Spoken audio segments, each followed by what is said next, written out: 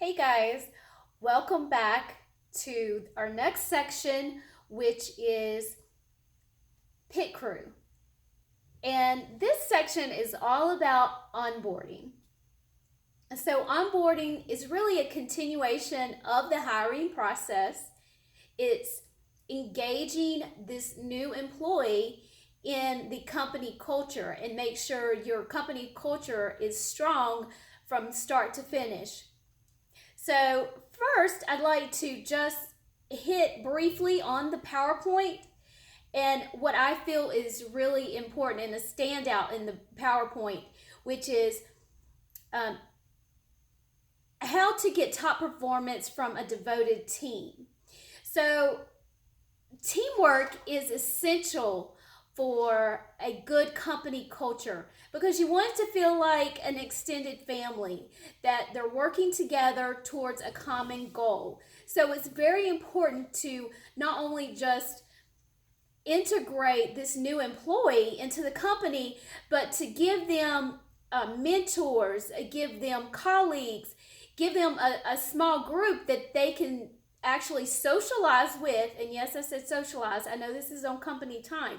But if you can build up a atmosphere of teamwork, this is going to affect directly your company and your employees' attitude and the company culture.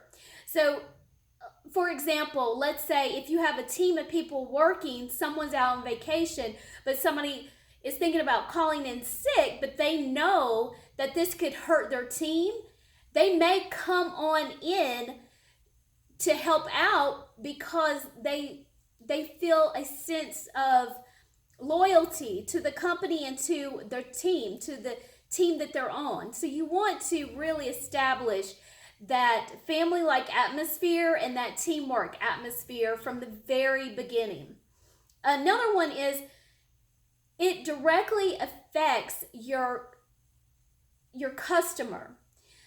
So if someone feels connected to you, to the company, to their team, this will trickle to your customer. And your customer will feel like this employee actually cares about what they're doing and how that affects the customer and how that affects the company. So that is the points I really want to highlight in the PowerPoint, but all of it's really good information. Again, this is more of a self learning section because you really have to dig into those details to understand how it affects you, your industry, and what you're hiring for and what you're onboarding for. Next, we have the creative onboarding strategies to set up for your new hire, because you want to be creative. You just don't want it to be mundane and boring. You want to have something that's actually going to help resonate the culture with these new hires. So it gives you a list. That article gives you a list of things you can do to help get your new employee feeling a sense of team, a sense of commitment, a sense of a place in your company, which is what you desperately want.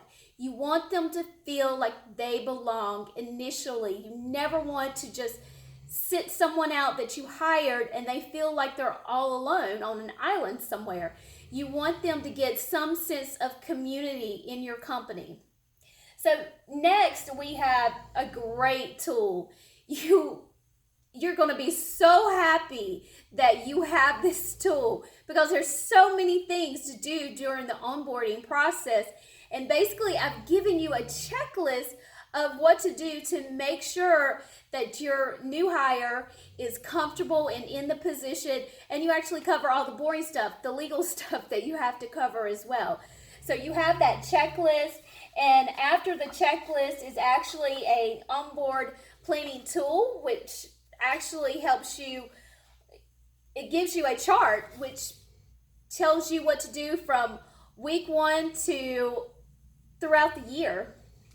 Next, we have a mentoring program, and it's an article that tells you why mentoring is so important and what the benefits of them are. The next is a recognition program, and it gives you some ideas of how to recognize your employees so they feel valued and appreciated, and they'll do more for you when they feel valued and appreciated.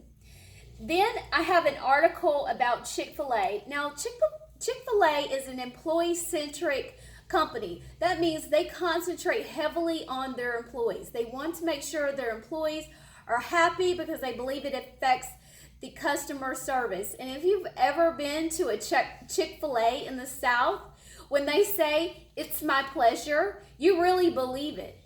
So this is a great company to model any of your onboarding programs after.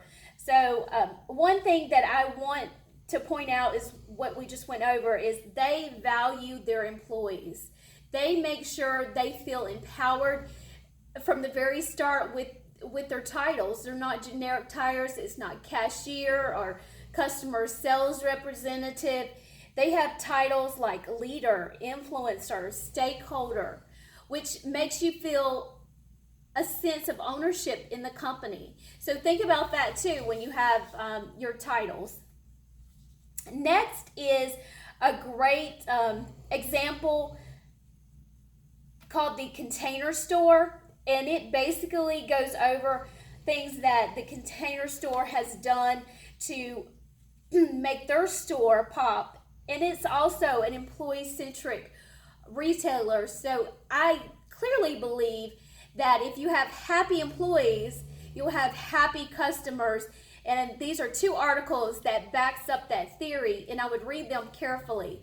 But this onboarding, as long as you take it seriously from the very start and you make sure that they not only feel valued and welcome, but it's a continuing process, then I'm sure you and your customers will be happy with the end result.